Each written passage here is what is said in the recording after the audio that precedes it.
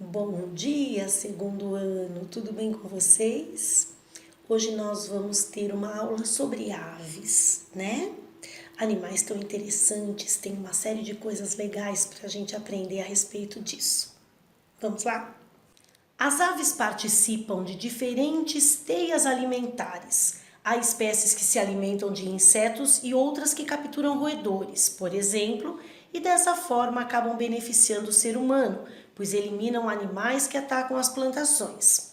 Também há espécies que se alimentam de néctar das flores e promovem a polinização das plantas, e outras que, ao se alimentar de frutos, contribuem para a disseminação de sementes. As fezes de algumas aves podem ser usadas na adubação do solo, caso do guano, formado pelo acúmulo de fezes de aves marinhas no litoral do Chile e do Peru, que é um excelente fertilizante. E elas também são importantes para o ser humano, de modo direto. Por exemplo, há várias espécies domesticadas de aves que utilizamos na alimentação. Entre as adaptações ao voo estão o corpo aerodinâmico coberto de penas e os membros anteriores transformados em asas. No entanto, nem todas as aves voam, embora todas sejam descendentes de ancestrais que voavam. No pinguim, as asas em forma de remo são usadas para a natação. Na heminoavestruz, elas se apresentam atrofiadas e os membros posteriores estão adaptados à corrida. As aves usam os pés para se agarrar aos ramos de árvores, caminhar, nadar e segurar presas. A forma dos pés e a do bico estão relacionadas ao seu modo de vida. Por exemplo, as membranas entre os dedos do pato facilitam a natação. Os dedos fortes do gavião e do falcão ajudam a capturar e sustentar as presas durante o voo. O bico comprido e estreito do beija-flor ajuda a sugar o néctar das flores. O bico do gavião ajuda a dilacerar a carne. As penas são formadas de queratina, a mesma proteína encontrada nas escamas dos répteis e nos pelos dos mamíferos. E estão presas umas às outras por pequenos ganchos. Além de proteger a ave e diminuir a perda de água, elas ajudam a conservar o calor do corpo, mantendo a ave aquecida mesmo nos climas mais frios. São estruturas leves, resistentes e flexíveis, que não aumentam muito o peso do animal, e com as asas e o próprio corpo formam uma superfície aerodinâmica que ajuda a ave a levantar voo e se manter no ar. A pele das aves é seca e sem glândulas, com exceção da glândula uropigiana, situada na região caudal e que produz uma secreção oleosa. Com o bico, o animal passa essa secreção nas penas, impedindo que elas absorvam água, o que diminuiria o isolamento térmico e prejudicaria a flutuação nas aves aquáticas. Como anexos do tegumento, há as escamas córneas nas pernas, o bico e as garras córneas. Os ossos são leves, o que reduz o peso da ave. Muitos, chamados ossos pneumáticos, possuem no interior espaços que se comunicam com os sacos aéreos. Embora leve, o esqueleto fornece boa sustentação ao corpo, graças a várias soldaduras entre os ossos, fenômeno chamado ancilose. Desse modo, forma-se uma armação óssea capaz de resistir aos esforços do voo.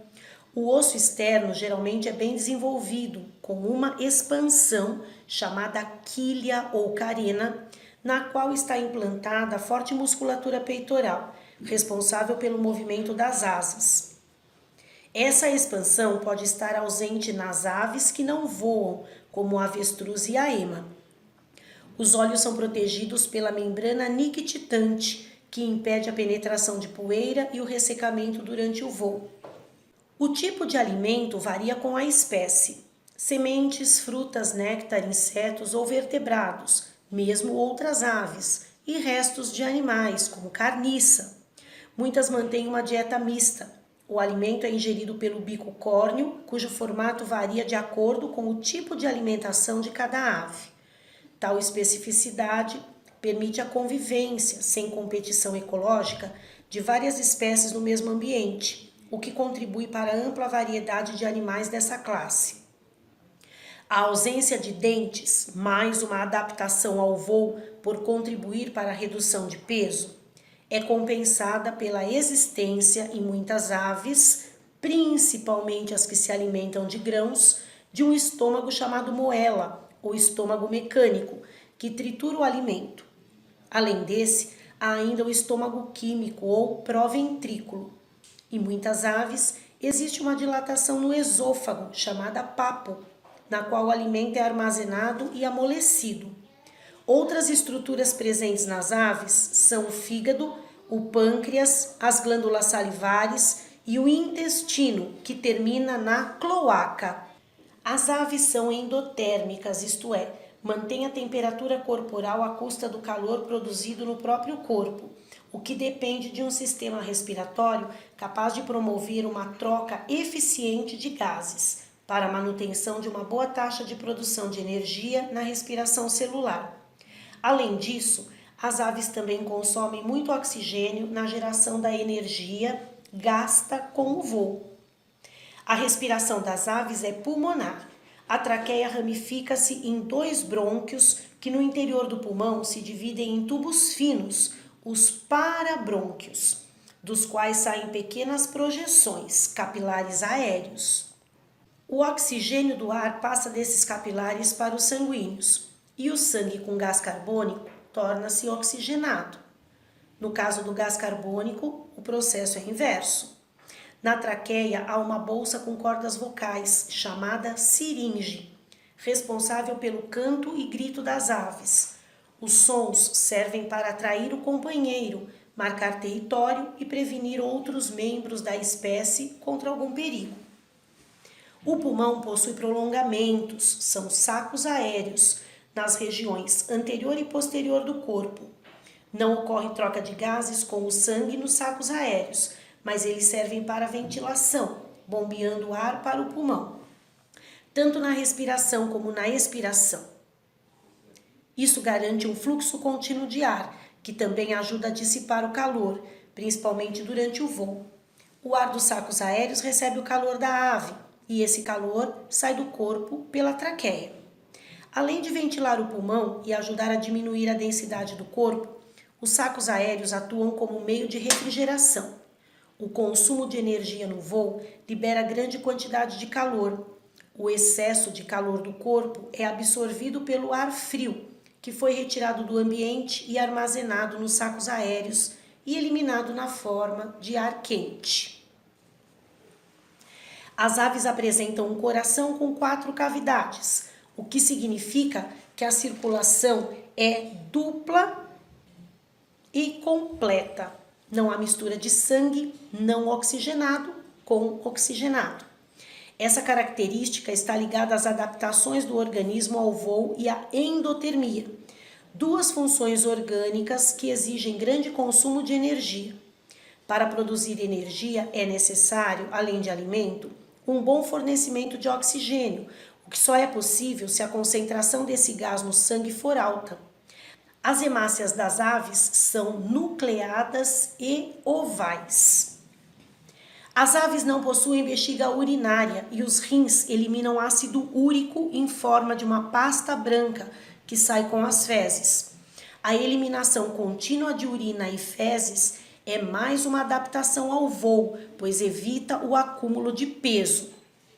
O encéfalo é mais desenvolvido que o dos répteis, principalmente o cerebelo e as regiões do cérebro que coordenam os movimentos e o equilíbrio do corpo, atendendo às manobras no voo. O sistema nervoso apresenta 12 pares de nervos cranianos. Os sentidos da visão em cores e da audição com orelhas ou ouvidos externa, média e interna são bem desenvolvidos. O olfato não costuma ser muito aguçado, é um sentido com maior valor adaptativo para animais terrestres que vivem no solo e farejam a presença de presas e predadores. Em certas épocas do ano, muitas aves migram de uma região para outra que tenha clima mais favorável ou mais alimento, ou para se reproduzirem. Elas orientam-se nessa migração por meio de referências geográficas, montanhas, rios, lagos, costas marinhas e da posição do Sol e das estrelas, entre outros fatores.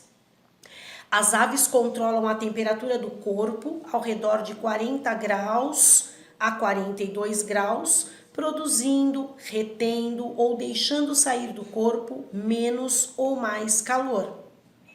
A produção de mais calor está relacionada a uma capacidade de oxidação do alimento, o que depende de uma boa oxigenação dos tecidos, possível graças à grande ventilação do sistema respiratório e ao coração com 4 cavidades.